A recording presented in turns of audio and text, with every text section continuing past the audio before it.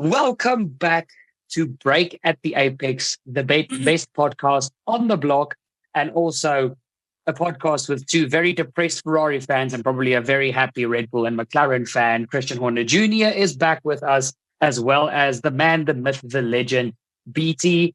Are you gents ready for this one? Because there's a lot to talk about. Yeah, like truly, you were saying yesterday that me and Graham were having a fat chat during the race, and so many good things were being said about Ferrari. Mm. Basically, yeah, that's me being sarcastic. Actually, Yeah, people. and I just want to put this out there. I just want to put this out there that all of these things were being said by you, not me. I said all like legit. I said all the good. I said nothing bad about anybody. What? Why are you trying N- to make n- yourself look good? You did say some No, negative things. It's where, okay. where did I say? Yes. What did I say? Now you're Yeah. talking nonsense, man. Okay, but let's get straight into it, and let's cover obviously the topic that I did the intro with there. Honestly, it's been the first time this season that Ferrari has fumbled the ball a bit. They've been pretty damn consistent so far this season, and I think it's been to everybody's surprise because Ferrari always tend to do a Ferrari, but they've kind of become like, as Mercedes always were, like this consistent package. And then came Canada. I saw a bunch of memes on Twitter and stuff that the Monaco curse just came 2 weeks late, which pretty much felt that way. But the thing I really want to hammer on, because it's what ruined the entire weekend for Sainz and Leclerc, is why did Ferrari go out? They knew they were not as quick as they wanted to be in qualifying. Why did Ferrari send out Leclerc and Sainz at the end of Q2 on a scrubbed set of softs, seeing how all the new tires were performing on the other cars? And Graham, I actually want to throw this to you. What could their thought process have been in that moment of, we know we're not the fastest, but let's just screw it. Let's go for it. To be honest, I quite applaud that in some senses because ultimately, I mean, you look in the race, for example, right? I mean, the data said that slicks was not the answer.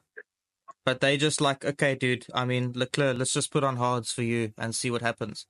I think at the end of the day, sometimes when you're in a lost situation, sometimes you just need to try something. And if it works out, it works out. And if it doesn't, pull the car, pack it up for the day, reserve a bit of the engine time and call it a day. The reality is, this is a team possibly fighting for a championship. If they're not in the points, there's no point in them completing the race. And I know that sounds bad.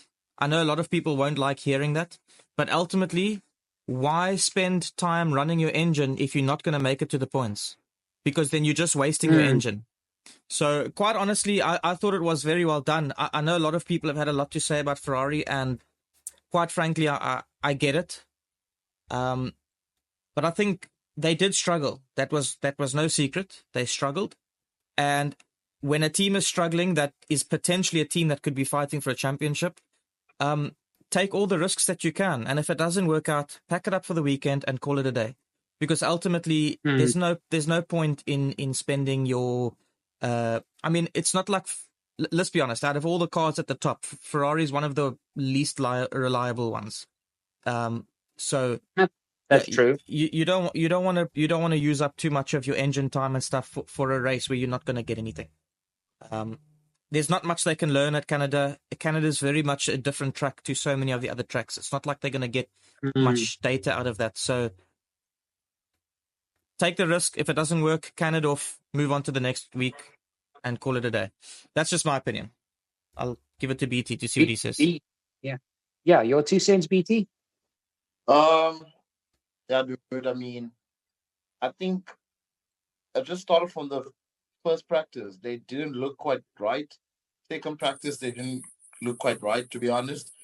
Third, I didn't watch third practice all qualifying because I was busy with other stuff. But I could generally see by practice one and practice two how this weekend is going to be. I don't think Ferrari looked at how the weather's going to be in Canada, and that's just me joking because they didn't seem to be prepared of the training conditions. Mm. And to me, it looked like They had all the strategies. The only strategy they had is if in Canada or in Montreal the weather was sunlight or sunny and all that stuff. I don't think they had a strategy for when it rains or during the race itself or in qualifying when the conditions are changing. Yeah. Which is that to me that's quite shocking. That's really quite shocking. And you came from a weekend where you guys done absolutely right. Both cars looked very fast. We know they were favorites in that track, but I think they had a chance in Canada as Yeah. well because Mercedes looked like they were sure. They looked better than Ferrari. Yeah, they did. They did. Yeah, but they did have And upgrades. surprisingly, they looked yeah, but they looked more Yeah. prepared. So I don't know, dude. When I was talking to Graham yesterday, I was really confused. Yeah. I was really confused in terms of did they know where they were? Yeah. They know what they were trying to do, and mostly is that with the Leclerc switching to hards, they were getting to a point now where they were just trying out things. But you're trying out things at the wrong time. You're trying out things in the race. You're supposed to be trying out things during practice one, or practice two, or practice three. Qualifying, you were a bit late. Yeah. So yeah, I think on my side that Can I happened. just say as well that No, they struggled with those inters a lot, eh? Like even Sainz Yeah, said yes. Sainz said at the end of the race, Sainz said like they only started getting somewhere when they got onto the slicks. Then only did they actually start feeling like the car got somewhere. And then he said, but then admittedly, I made a mistake, a driver error. So like they were actually starting to find a bit of pace, and then he made a mistake, which he did admit. So ultimately, like we don't actually know where they would have ended up had they just followed. Like for example, with Leclerc, they did the gamble on the hards because of his engine. The moment he went out of the pits, his engine was fixed. Now he's stuck on hards. Yeah. On an interterrain, like so. Ultimately, if they just again, like I said, guys, I was all for the gamble. I really think in some cases when you're a lost cause at that point, don't waste your engine. Just call it a day. But had they just stuck to the normal pits, just put on the inters, let's take it from there, whatever. You never know if any of them could have gotten into the points, but I really doubt it, to be honest. I think the damage was already done before then, and quite honestly, I mean, it's not like we've never seen Ferrari do this, man. We've seen Ferrari do this. I think last year they did this where they had one or two races where they just were nowhere. They'll bounce back. They'll bounce back. I've got no doubt in my mind. I still think that Ferrari is I mean, the stats pull for itself, right? They're the second best team in the in the season so far. I feel that McLaren might have overtaken them as the second best car, but on certain tracks, I think Ferrari will pull it out of the bag. So you got to give it to them, man. I think people are, and I know you guys are Ferrari fans. I completely get the sort of emotion behind it. But I really think people are jumping onto it way too much. I mean, look at Mercedes. It's the opposite right way around. I mean, they did this last year where they get onto the podium and all of a sudden they're excited. Now they're back. And then the next race, they 11th again. P9, P8, P9. I wouldn't be surprised if that's where they are in the next race, even though they have upgrades that are looking good. And even though they said that they're here to fight now, they said that last year, So ultimately, at the end of the day, sometimes it happens, man. It fell apart for Ferrari this weekend, but it all pulled together for Mercedes this weekend. Next weekend's probably going to be something different. I think that's what sets. Yeah. I think that's what sets Red Bull and McLaren apart, because this year they are getting things right in all aspects. Although McLaren made a couple mistakes this weekend, but we'll get into that. So yeah, I mean, yeah, that's all I've got to say on Ferrari. Yeah, I just quickly want to give my 2 cents on Ferrari as well, because I do want to move on to the other topic as well. But Graham, I completely agree with you that this was just a spat. I mean, so far this season, they have been faultless with what they've been given. If you compare this year's Ferrari to 2023 and especially 2022, where they had a faster car and they just didn't bring the results back, with a worse car now, they are actually they've already got a win this season, and you can't shy away from that. So I also agree that Ferrari will jump back. Yeah. The only thing that baffles me is, and I'm referring now back to BT, is that they just didn't seem prepared for the changeable conditions, because referring back to practice, when it was dry, the Ferrari was the car to beat. But as soon as it had a transition phase and it went to the Inters, which you said, they had no pace. They were like solidly a midfield car on the Inters. It's as if they banked on, we're going to have a sunny, dry weekend. And even like last weekend, a week before the race, there was already very big chances of it's going to be a wet race. There's massive storms heading to in the Montreal direction. So I just feel it was a situation of unpreparedness. But I think especially Spain, it's always been a Ferrari strong track. I think we're going to see Ferrari jump back on it. But with that, actually, because you mentioned it, Graham, let's move into Mercedes. Sorry. And sorry, Dirk, before you move on to Mercedes, I just want to say that again, I just feel like people are being a bit harsh on Ferrari here because again, you can't change a car in a week. Like just because you see it's gonna rain, you can't change your car. Some cars just don't work with certain tires. We saw it last year. We've seen it this year. Some cars work better with hards than they do medium. Some guys, I think it was Ferrari or McLaren that were really quick on hards and Red Bull on the mediums, and they were matching pace, and it made no sense because usually the guys running in mediums are quicker. But sometimes your cars just work differently. You heat up the tires differently.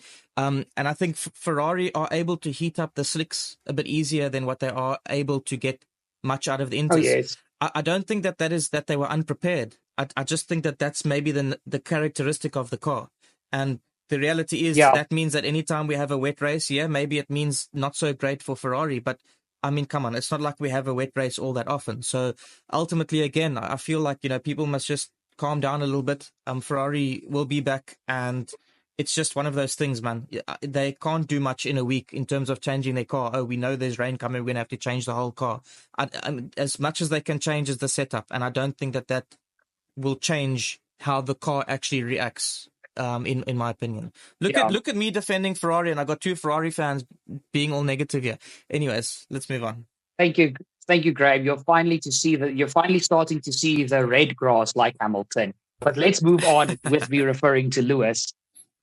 Okay, so Mercedes actually really surprised me, and like you mentioned earlier, Graham, like as soon as Mercedes have a good performance, people have this whole, especially the Team LH and Mercedes fans in general, they've got this thing where they jump on the bandwagon of okay, Mercedes is back.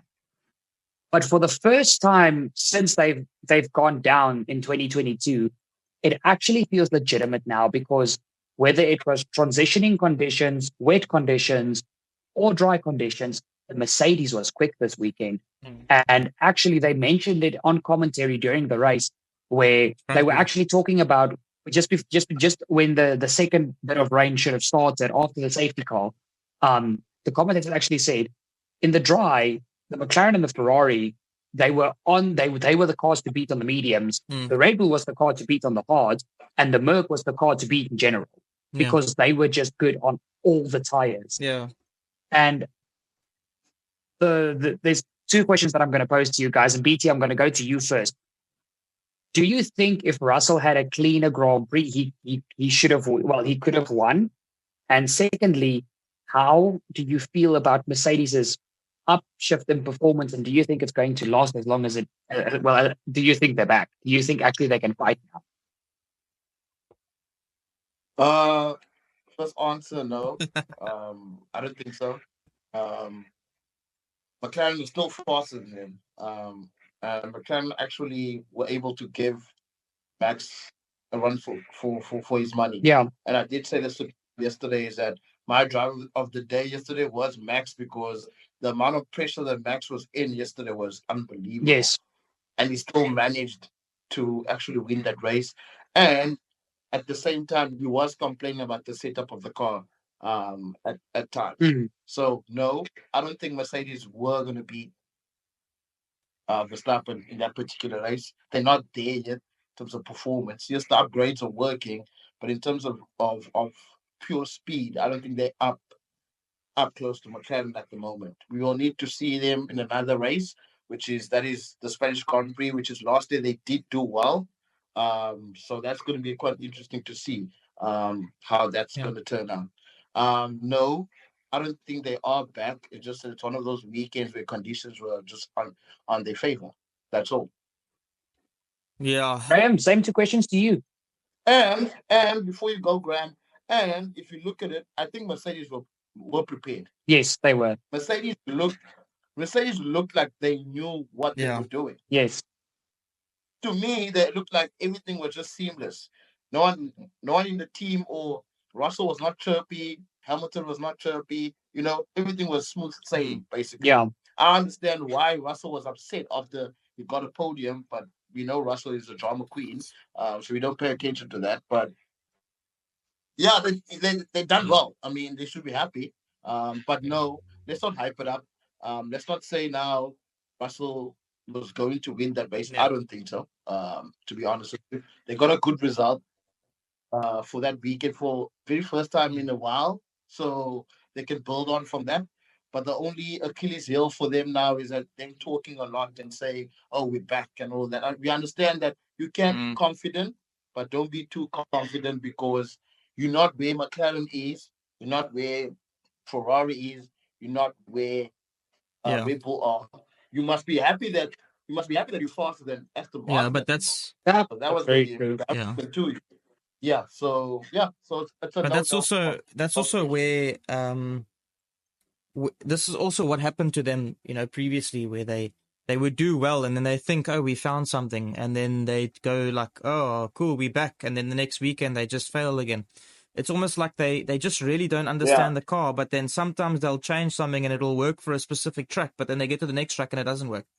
What I will say is that in a way, I kind of disagree with BT in a way, because they spoke about this front wing, this adjustable front wing that they've got, and that they've used as part of their upgrades that they brought in.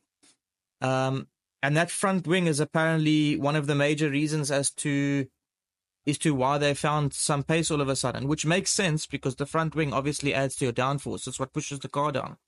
Yes. So in many cases, I feel like no matter where you are, like if it worked in Canada, it's very likely that it could work in many places. But obviously Canada is also a sort of like low speed track in the sense of, I mean, besides the straights, all the corners are sort of low speed. There's not really many fast speed corners, right? So we go to something like Spain where it's also fairly low speed, but there are a few, turn 1, turn 2, turn 3, turn 4, I think are all fairly fast. And then the chicane. The first half of the lap is fast corners. Yeah, the first half. The first half of the lap is all for high speed corners. It's the second half that's the slow speed stuff. Yeah, exactly. So ultimately, I think we need to wait for Spain to really see what they. I was about to say that because when McLaren came back, did it take McLaren one race for us to say they back? No, it didn't. No. So why?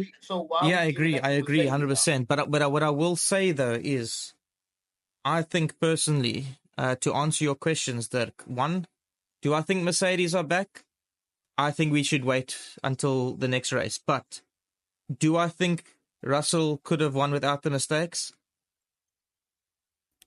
I don't think he could have won, but I certainly think he could have gotten Norris. I genuinely think he would have gotten Norris because there was a time where Norris looked to be struggling. Even Piastri was struggling, and then they still asked Piastri, "Do you want to pass him or do you want to?" And then he still said, "Well, I need to worry about George behind me," which I think is great team play from the youngster. I've got to be honest. I think that was amazing team play from him. But ultimately, we'll get to that. Yeah, ultimately at that point, I feel that without the mistakes, I think Russell would have gotten both of them.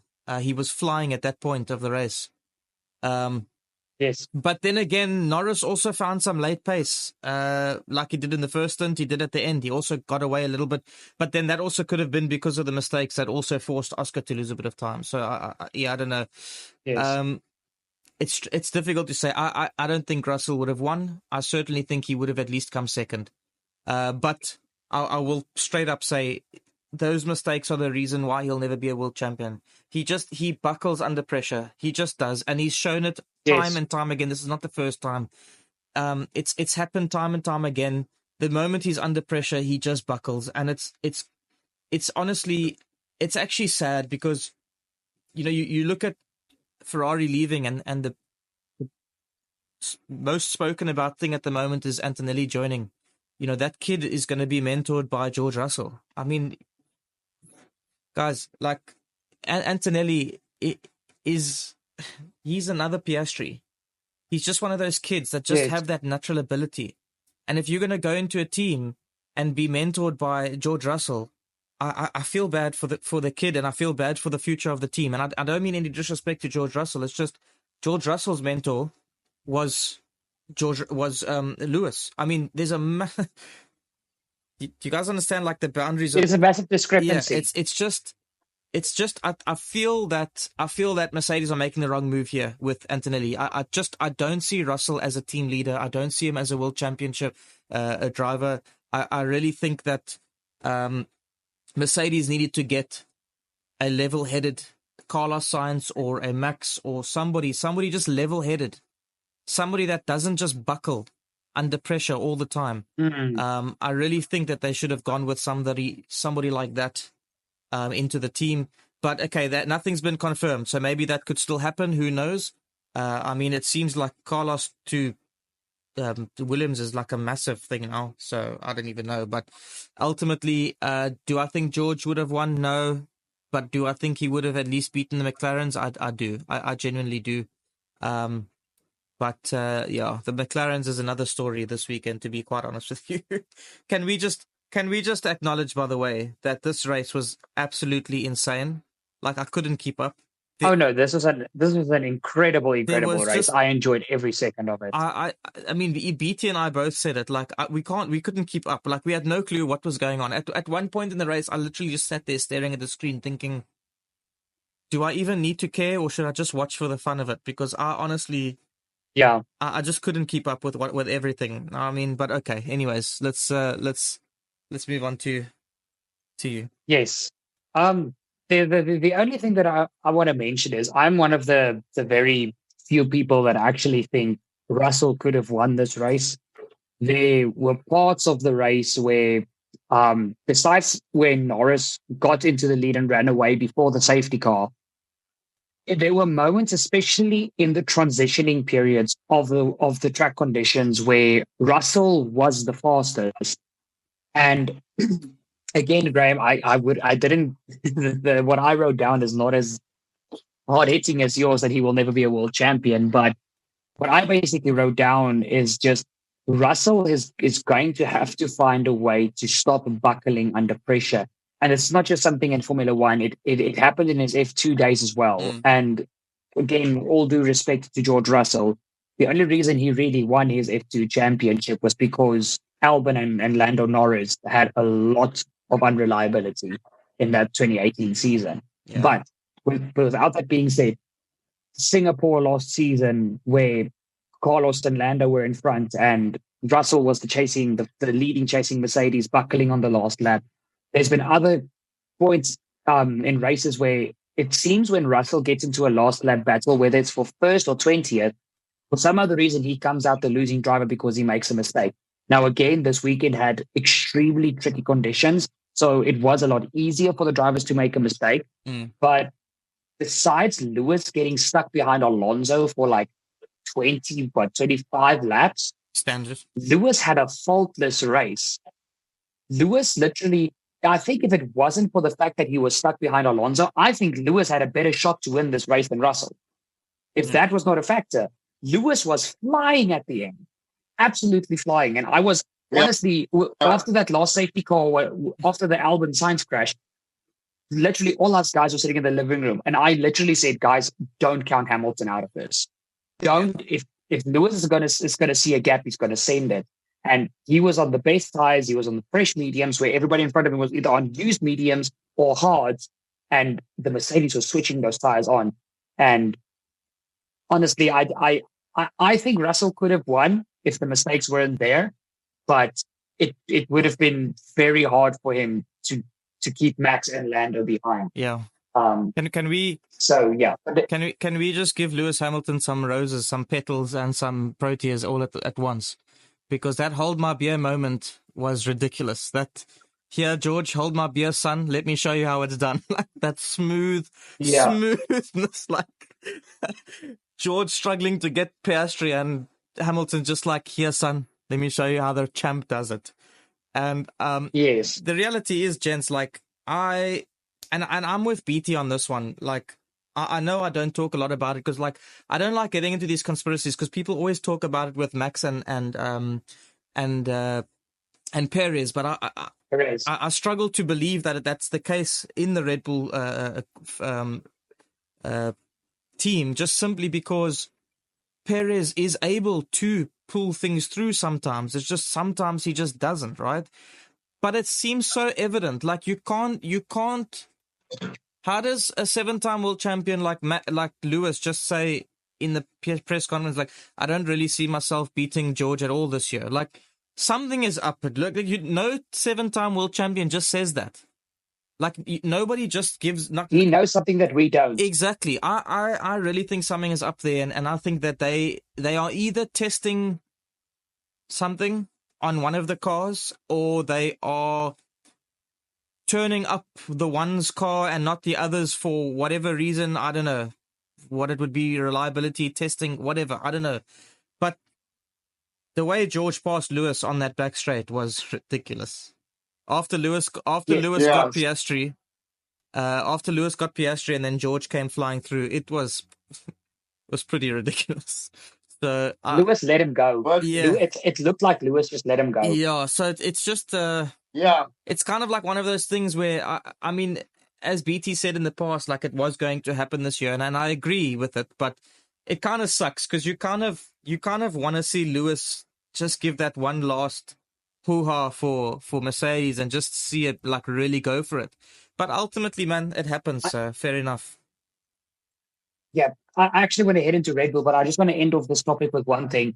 I honestly hope with how Mercedes is treating Hamilton now, that Hamilton is the one that gets Mercedes their win this year and not Russell, just to prove a point to Mercedes. He goes to Ferrari and wins a championship. That would be a better one for him. Yeah, it's especially if it's against someone like Verstappen or even Russell. But I actually want to head into Red Bull because we did talk about them a bit. Now we can cover McLaren after that. Yeah. Okay, so something that I've been like literally, I even like rewatched the race today because I really wanted to fact check myself. And I'm going to be honest with you guys, I don't think the Red Bull is the fastest car anymore. I think Verstappen is the fastest driver because we always talk about when we bash on Perez, we always get to the point that he is still an incredible driver. And if you get to F1, besides if you're Lance Stroll or Logan Sargent that got there because of hype or daddy's money, if you get to Formula One, you've been in Formula One as long as Sergio Perez, you are fast. There's no two ways about it. But I honestly think Perez, I wouldn't say he's showing the performance of the car, but he's underperforming the car, and Max is exceeding the performance of the car. And Max is in such, I want to say, he's so instinctively tuned into that car that combo is unbeatable. But I honestly think that Ferrari and McLaren have quicker cars, but Max is still the quickest driver because Perez is actually showing more what the car's limitations are than Max, in my personal opinion. And I mean, he was a second slower than Max in first qualifying. And Perez was the one that was confident, and Max was the one that says he was struggling. That does not make sense to me. And I honestly don't know what to say about Perez. This 2-year contract extension, I don't believe that there's not a performance clause in that contract. Well, I don't know. To be honest, I mean, I thought it was like some Mexican way of celebrating, just like, knocking off the back wing. I don't know. BT. BT's like, early tequila shots. Nah, Graham, early tequila shots. Don't do it, Graham. Nah, look, guys, honestly, I get what you're saying. A part of me wants to agree. A part of me disagrees. I think the thing is that I think that the cars are all closely matched. At least at least the Red Bull, McLaren, Ferrari, and perhaps even now the Mercedes. I think that they're all so close, and I feel like 0.2 is the difference from first to like fifth, and then 0.4 is the difference from like first to 10th. So I think it's very easy to, make one little mistake and you're at the back of the grid. Do you know what I mean? I think it's very easy for that to happen. If you don't put in the perfect lap, you're at the back of the grid. And we've seen it this year happen multiple times. I mean, for somebody who's a Ricardo fan, obviously I watch him a lot. Now, we obviously have a lot of stick about him and whatever, but a lot of the times, his times are not bad. It's one little thing that he does every lap that sort of kicks him off. Maybe he has a little jerk somewhere. He loses 2/10. He goes from 12th to 17th. It's happened. I watch those things closely, especially with him, obviously. And that's and it happens. So I do think that Perez just does not get to put in those perfect laps. He's just not putting in those perfect laps, and that's the difference. Max is just somebody that can handle the pressure. He can take it. He's ice cold about it. He puts in the perfect lap when he needs to, and he just does his thing, man. And I think that that's what separates him from the rest. I will say that I don't particularly think that Red Bull, I don't think that the other cars are better than Red Bull. I think McLaren is the closest, because I think that the Red Bulls and the McLarens will be the most consistent over different types of laps, different types of tracks. Whereas I think Ferrari will have limitations on certain tracks, and I feel maybe so will the Mercedes. But it looks like McLaren on any track is pretty solid, very much like the Red Bull. But yeah, it's really hard to tell, because when the drivers are so far apart like that, you can't really tell, is the one overperforming or is the one underperforming? Is the car good or is the car actually not that good, but it just has a really good driver? It is really difficult. It is so difficult. But I'm inclined to think that the car is good, at least on par with the others. But Max is definitely making the difference there, just simply because it's Max. But hey, man, either way, it's working. By the way, the contract is not really a 2-year contract. It is, in theory. But Horner let slip that it was a 1 + 1 year contract. So it's a 1-year contract with the option of a second year.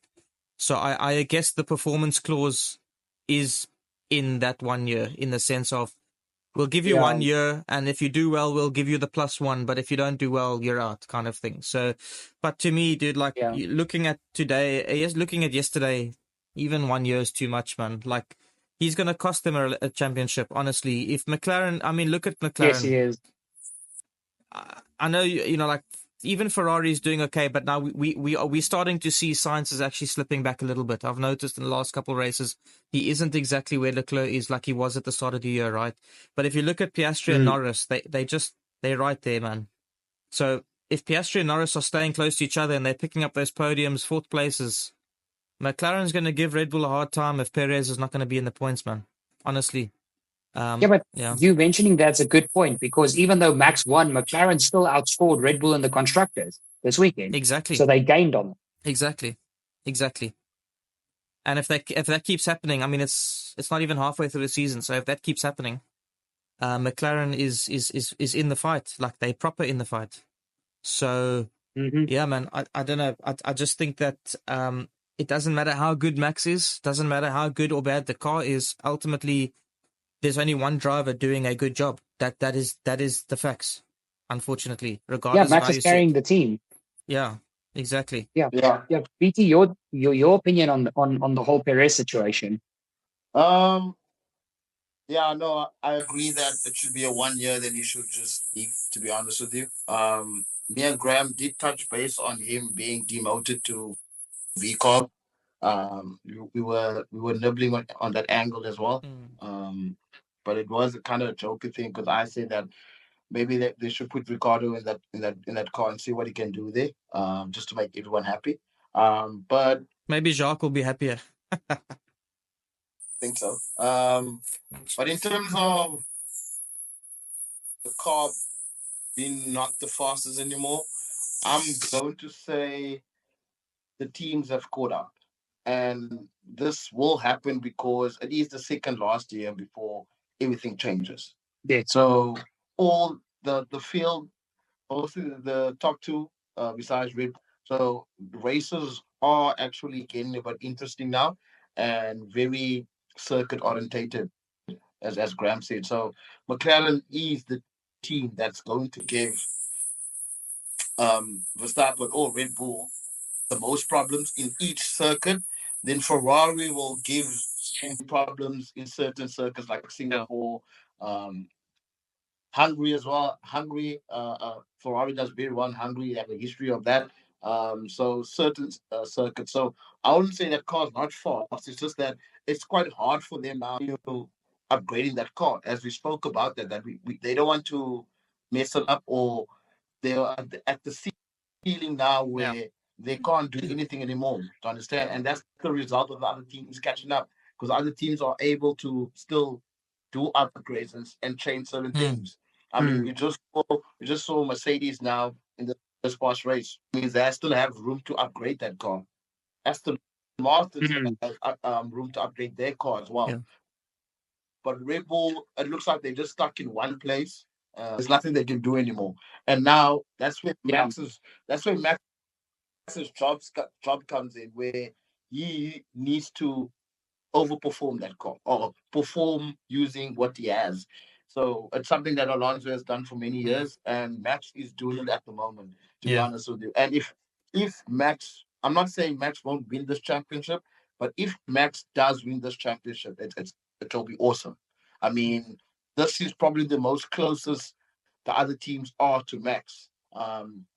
In circuits in races. So if Max continues with the same performance, to be honest, Max can still win this championship by not winning every race.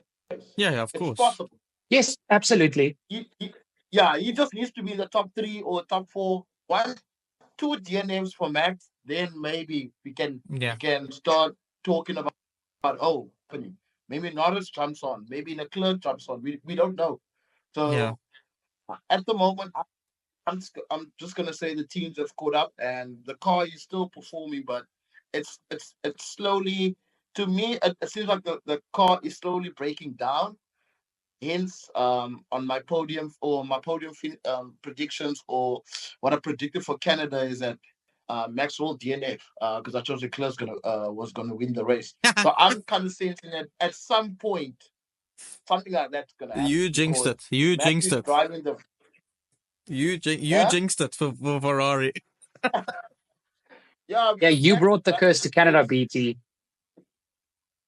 Max is driving the brakes off of that car, bro. Like Yeah, he was complaining about the suspension yesterday, but he was still, still ahead. So it's like he can also. yeah, I'm not saying he's getting a bit paranoid, but I think he's also sensing that Yeah. we at the top of the ceiling now, and yeah, little small things are Yeah. happening, and he's taking note of that He stuff. can't. He Yeah. can't yeah. get No, no, no, no. complacent at the moment. He can't get complacent at the moment. I think Max needs to win this year to prove to people that he doesn't just win when he's got the most dominant car. I mean, Yeah, yeah, yeah. Yes. people, I just wanted to Yes. say yeah, that. people don't regard his 2021 as a win. Like a lot of it's specifically Merc fans, obviously.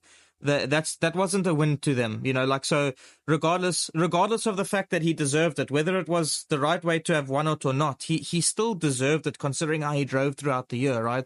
But a lot of people don't acknowledge him for that win in 2021. So all they see is the dominant wins that he's had, and they're saying, "Oh, but it's easy to win when you're dominant." Even though Lewis Hamilton had the same thing. But ultimately, if Max wins this year, I think it will be good for his sort of His haters. yeah. I think it'll be good for his haters to see like this kid he's genuinely one of the good ones. Like he's genuine. Like The this kid. the the difference between Hamilton and Verstappen is that Hamilton was actually fighting with his teammate. Yeah, yeah, yeah, yeah. Fair So enough. because 2008 it was also was 7 2008, yeah, 2008 was also seven. It was Alonso. also a battle, Mm, a battle. Then Rosberg yeah. as well. It was a battle. So he had two occasions where he was actually battling Mm, for a championship. Yeah, Three, okay, just like three. But Verstappen, 2021, I do regard it as a win. It was a battle. Yeah, maybe certain things happened, but still, it was a battle. So if he wins this championship, he will have two that he has literally battled for, and mm, that's that solidifies you and puts you at the top. Yeah. Because Yes. you win the war and you won a championship. Yeah. That's all. Yeah. Sorry. I'm not going to go down the rabbit hole of 2021. That topic is old and over discussed too much.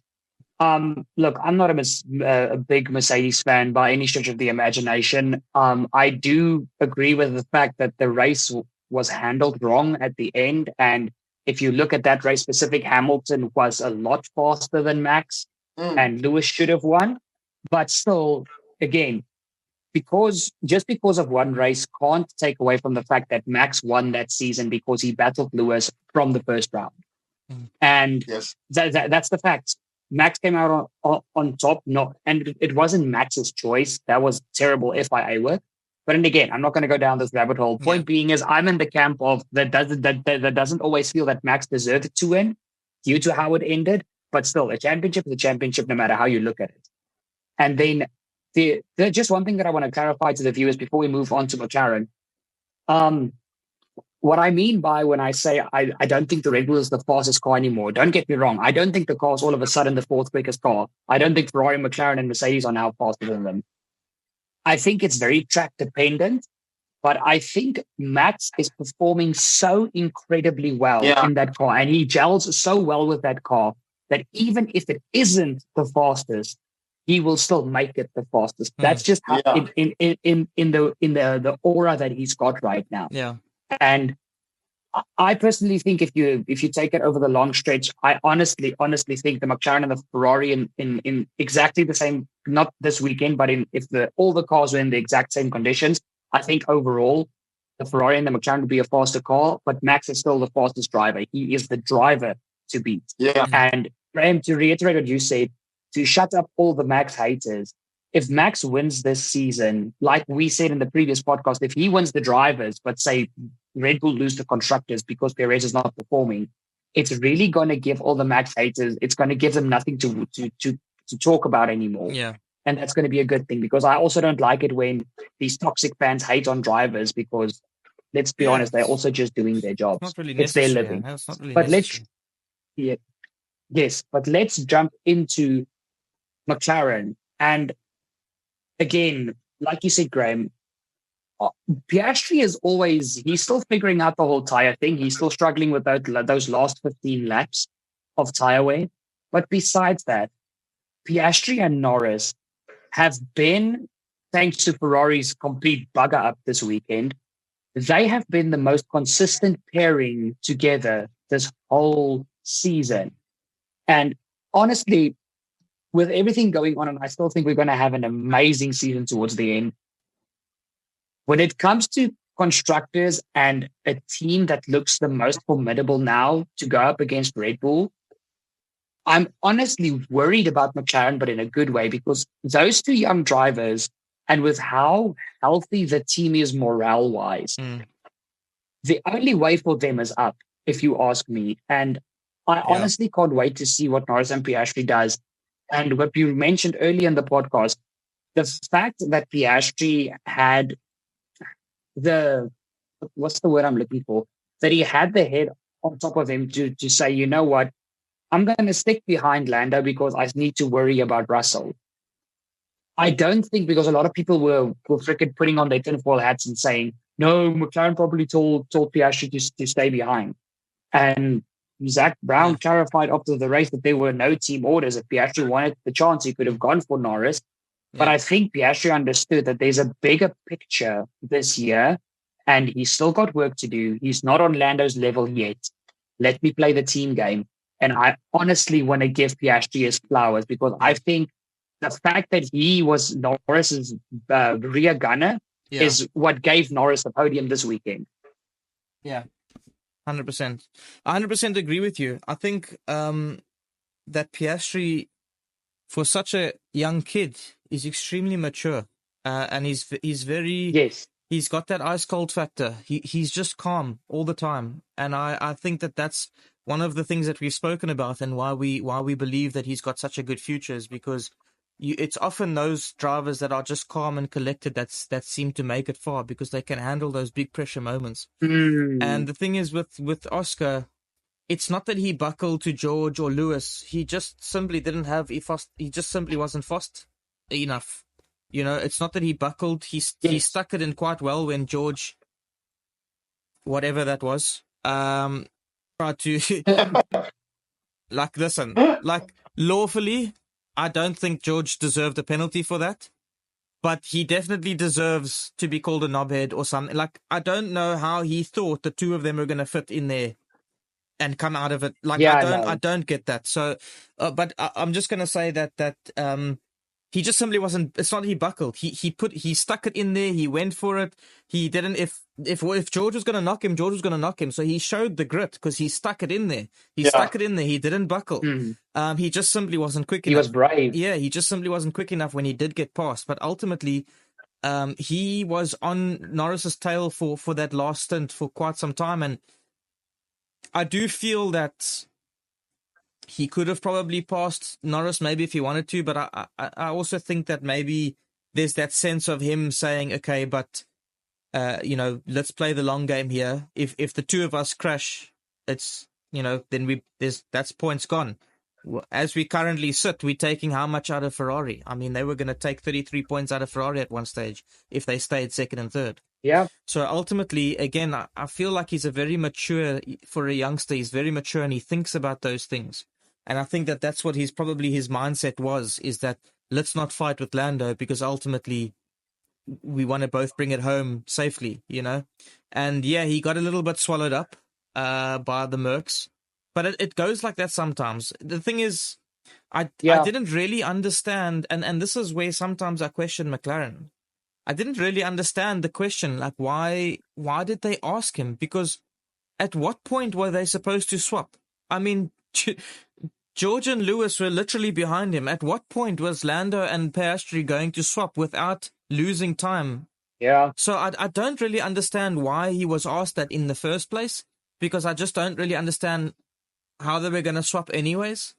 But either way, good call from Piastri. I applaud him for his teamwork and for his mature nature of handling the situation, and I'm applaud him for his confidence. I mean, you've got you've got a 7-time world champion behind you, and you've got a George Russell who's somewhat of a big name in Luton. New Kevin Magnussen. A big name in Birmingham City. I mean, I don't know. Yeah, I mean, the point is the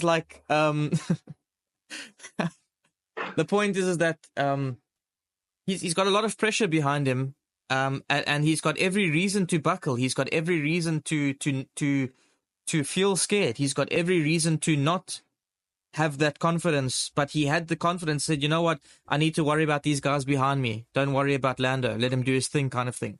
So I applaud him, and that team is working well. I think Piastri is really doing a good thing where he's doing what I think Leclerc needs to do next year. I think he's doing that thing where he's saying, you know what, let him take lead. Let me watch. Let me build myself up. I'll have my turn. Let me learn some things. I'll have my turn. And I think that's a good approach because he will have his turn. And when he does, oh my goodness, it's going to be beautiful to watch. But at this point, I'm happy. I think the team is looking amazing. The morale is good. Everything about that team is just working. I do question a few things sometimes, a bit of strategy calls, but it's not always dramatic as like Ferrari, for example. It's just it's. I just wanted to say it's not Ferrari. Yeah, bad. it's minute. It's like why did you leave Lando for an extra lap kind of thing, which meant that it's minute things. It's not in the grander scheme of things, those aren't minute. In the grander scheme of things, that could cost you a lot in the title fight. But currently they're not in the title fight, if that makes sense. But if they carry on the way they are, they'll get into the title fight, and when they are, those mistakes will cost them. So that's when they'll need to really buck up and get those calls right. But I'm happy with the direction they're going. It's really good to witness a turnaround like this if you consider the last sort of like 10 years. Yeah. Yeah, I'm not gonna be too long. It's just Piastri also looking at the bigger picture. The bigger picture here is that they have an opportunity to win the constructors. and it was a big weekend for them because Ferrari was nowhere to be found. So Yes. they were looking to bag the points, which is I understand why Piastri said, "Look, I have these people behind me," and Mercedes at some point, as you guys said, that they were the fastest cars in the circuit. Yeah. Yes. So Piastri probably thought, "Look, we need to maximize our points here, and for me to keep these cars behind us." And he tried to do that, but obviously Russell did pass him and Hamilton as well. So it just shows a bit of maturity from his age, and also just understanding the bigger picture that we have an opportunity here to actually win a constructions. Um, just for something to celebrate and take forward to the next 2 seasons that are ahead of us. So yeah, it was a good call on my side. Mm. Okay. And just the one last topic I want to talk about before we end off this episode is that obviously you had the whole Hearts thing where they came through, but there's one specific topic that I want to talk about. And again, we talk about them every podcast, and this weekend was like certified proof. I want to talk about Alpine again and Ocon's little rave face post race. Oh, Now, again, I'm so I, sick of that team, dude. Sure. look, I understand Ocon's point, but also I understand Alpine's point where they swapped Gasly and Ocon because Gasly was the quicker one. Gasly couldn't get the moves done, and by the time Ocon caught back up by the end of the race, the two Hasses were tailing them like the Mercs were tailing the McLarens earlier in the race. Yeah. So they couldn't swap them back. And honestly, again, no disrespect towards good old Esty Bestie as he's known, but he's starting to act like a child. Yeah. And I understand why Alpine are getting behind Gasly Bruh. and letting Ocon I go agree. because he is showing so much immaturity right now, and he's turning into a rookie Yuki Tsunoda, blowing his top, going for stupid moves on his teammate, and the team still got 3 points. Back in Bahrain, we teased them that they were tractors. We were waiting for diesel smoke. Now they're starting to get into the points, beating their competitors, and Yeah. Ocon is being a child because he's so dead set on I have to beat Gasly, I have to beat Yeah. Gasly that he's completely doing the lost the plot. opposite of Oscar Piastri and forgetting about the bigger picture. He's lost the plot, and he keeps saying, "I'm playing the team game. I'm playing the team game." But all you're doing is you're trying to get another job. So you're saying you're playing the team game, but ultimately you're not really playing the team game. At the end of the day, actually, you know what, BT, let you go first, man, because I've spoken enough. Let you go first because I don't want to cover things that you might talk about. So you go first, and then I'll just add. Yeah, no, I'm not going to be too long with this as well because I'm sick of Ocon and his Amen. drama at Alpine. Like, he has shown that he can't be mature enough to just finish up the season. I mean, you should take some notes from Science. Science is Yes. so mature about dealing about his future in Formula One. I'm so impressed with him. He knows Yes. he's leaving. Same. He got sacked. He got sacked, basically. But he's still mature about it. Understand? And he's quite smart because he's not bringing drama to the team and not being toxic towards the team because other teams are watching him through this as Yes. well. Do you understand? So if other teams are watching you, you have to be on your best behavior, basically, to get another team to sign you up. Ocon has totally forgotten about that. It's all about him and how he's performing, or he needs to beat Gasly, or fair towards him. It's child stuff, basically. So for that fact, I hope he doesn't get any team next year. Same. I'm in the same boat. I hope he doesn't get a seat. I'm in the same boat. He's showing when he's under pressure. Yeah. It's not a good trait, or he's not. How can I put it? He doesn't act well when he's under pressure. You get people like that. Yeah. You get people like that. My mother, sadly, I'm sorry, Mom. My mom is like that. And around when she gets pressured or certain things are not going like that. We get people like Science where they look at the bigger picture, they look at the positive side of it. Oh, shoot, I can actually start selling myself now, but still be doing the team game, because also showing other teams that I can also do this as well, and actually approach this in a very positive way. Hence why Sainz is being contacted by a lot of teams. It's not Yes. about his performance only. It's about him as a teammate and a Yeah. human being inside the organization, inside the team, which is Ocon is doing the total opposite of this. Graham, you can just say a bit more, because I'm just sick of less of Ocon. Yeah, and but that team, bro. also to add Serious. that as well is that he hasn't done a bad job for Ferrari. I mean, he's what is he he's two apiece with Leclerc at the moment. If you're talking about this, right? Yeah. So it's not like he's done a bad job. It's not like he's getting sacked because he's done a bad job. He's getting sacked. He's getting No, sacked I know, because I know. Ferrari had an opportunity to sign a 7-time world champion, and that's just the Yes. facts, Yeah. right? And he understands And he that. understands that. Ultimately, Yes. Lewis is not going to be around forever. And if Ferrari come knocking again, Sainz has shown, I'm a mature guy, I'm a team player, I'll be back. And Very, very ultimately, good. at the end of the day, Yes. I don't want to compare them because I love Alonso. But I do feel that the young Alonso was, and even not even the young Alonso, I mean, even the most recent Alonso he loves to burn bridges. And Ocon, Yes. But he's good though. yeah, okay, no. The difference So, is that okay. Alonso's actually Yeah, so I really think, good. like, in terms of comparing them, I think the difference is that people know, like, Alonso will perform for them. They know that he can go anywhere and he'll do something. That's fair.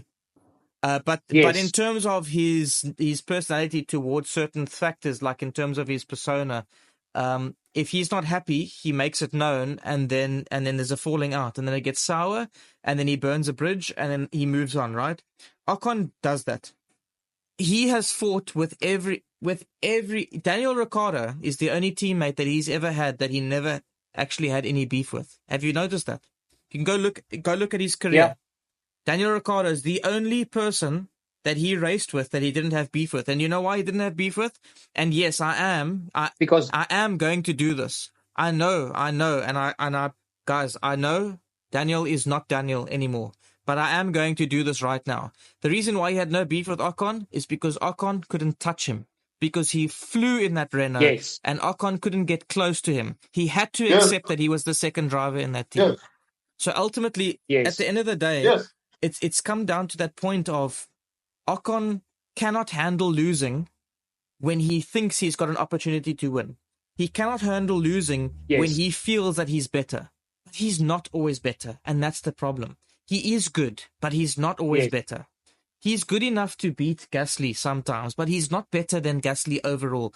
That's just my opinion. I mean, some people can argue that if they want. No, but no.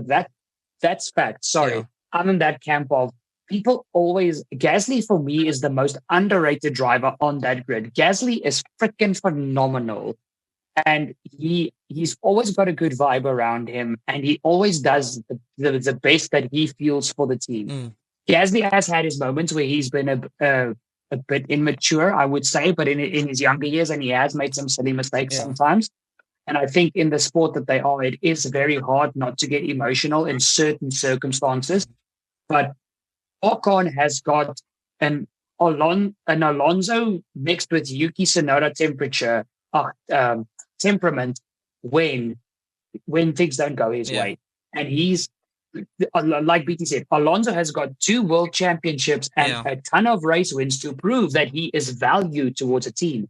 Ocon's got nothing. Ocon is Esteban Ocon. He's got 1 race win. Whoop-de-doo. Why? Why are you being stupid?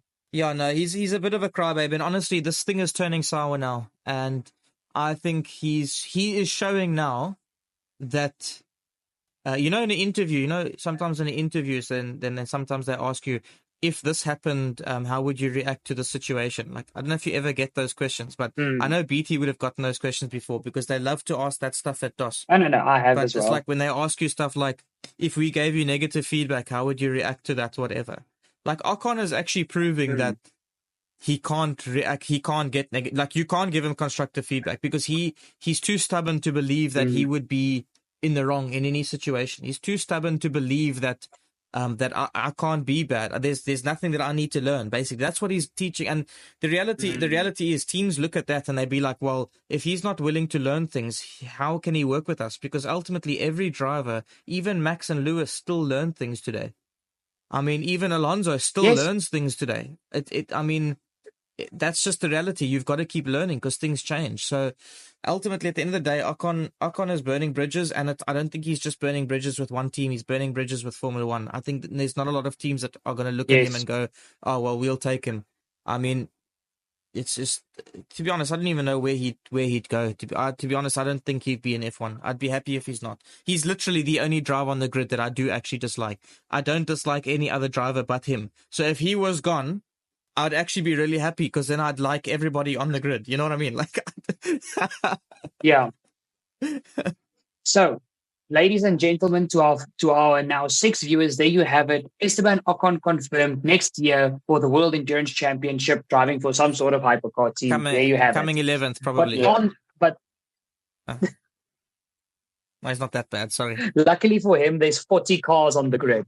But in any case, guys, we're going to end it off on that note. There was so much happened in Canada. I know there's topics that we didn't cover, but I really feel that we covered the most important topics that everybody talked about over this weekend. Yeah. And Graham, what are you whispering into your mic? Rate the race. Oh, crap. Sorry. You always forget. I always forget. Like, what's wrong with you? I don't know. I am sorry. I am terrible. Just cut this little part. Graham. No, why? No, okay. I'm not going to cut it. Just go. Yeah. Oh, we're not going to crap. cut it. No. Okay. I feel like an idiot. But in any case, okay. Your rating for the race, BT. 8.5. Nice. Dirk, you gotta go. You gotta go before me because I'm going to go outrageous here. So you're gonna go before me. Okay. Honestly, the last time I enjoyed a race this much was back in like when we had a certain pandemic. And there were a few incredible races that season. And this is the first time I've enjoyed myself that much watching. So for Canada, I honestly want to give it a 9 out of 10. I absolutely loved this race, even though my team did utterly crap. Okay. 100%. Yes. Can I ask you, Dirk, if Ferrari had to win this race, would it be a 10 out of 10? Of course. No. The reason I would say yes is I think if Ferrari were within that battle, not even a win, if Ferrari was in the Mercedes-McLaren battle, I think it would have been a lot more interesting. So I think it would have gotten a 10 out of 10. Because you're more invested. But no, not even that. I'm invested in Formula One. Yeah. No. I get hyped behind Ferrari. Okay. The only thing is, even with Ferrari not being there, I was still glued to the edge of my seat for that entire race. Yeah. And I even said post-race, you guys know how I feel about Verstappen. Yeah. I respect the guy. I don't like the guy. But even I said he deserved every second of that win because he was the driver to beat and he drove so well. And honestly, I think right at the front, yes, my rating would have been a full 10 out of 10, but I don't see it getting better for any other reason except if like Hamilton went for a last lap dive or something. Yeah. But 9 out of 10. So for me, guys, it's a bit outrageous. I don't think I've ever rated a race this high before, but I'm giving that a full 10 out of 10. And there's just for a few simple reasons. One, my two favorite teams were the two top teams, or at least first and second. So fair enough on that. That makes sense. But just how the race went, gents, I laughed, I cried, I had anxiety at some point. I thought I was going to die. I got confused at stages. I just didn't know what was happening. The last time I think I watched a race like that was like Germany 2018 or 2019 or something, where Max spun 5 times. 2019. The guy spun 5 times and still won the race, and Hülkenberg spun out, and Ricciardo also, I think that was where he got one of his podiums, maybe. No? Or I don't know, something like that. But it was like Hülkenberg going to get a podium and then crashing at the last corner. Bottas crashing at the first corner. Hülkenberg was on the podium and then he crashed in that last corner. Like, that to me was a sick race. And it's been since then that we've had such a race with such a vast change in everything. Everything just changed in that race so many times. And it was just beautiful. It was exciting. Totally unpredictable. It was great. It was amazing. So to me, it was a solid 10 out of 10. I don't know when last I've ever rated a race like that, but that was great. I'd love to see racing like that more often. Obviously not every race, because then it won't become, it will become the norm, and then we'll be like, oh, the norm is boring. But ultimately, I'd love to watch a race like that every weekend. I think it would be so sick. It's just, that was amazing. Honestly, I can't fault it. And Montreal did not disappoint. At all. No. No, not at all. But now, with that being said, and me done with my idiocy, guys, ladies and gentlemen, have a wonderful evening. We'll see you Cheers. guys in the next podcast. Make sure you're subscribed. Make sure the bell is dinged to not miss a future episode. And remember to smash the like button and talk to us in the comments. We'll see you guys on the next episode. Cheers. Cheers, guys. Bye. Cheers.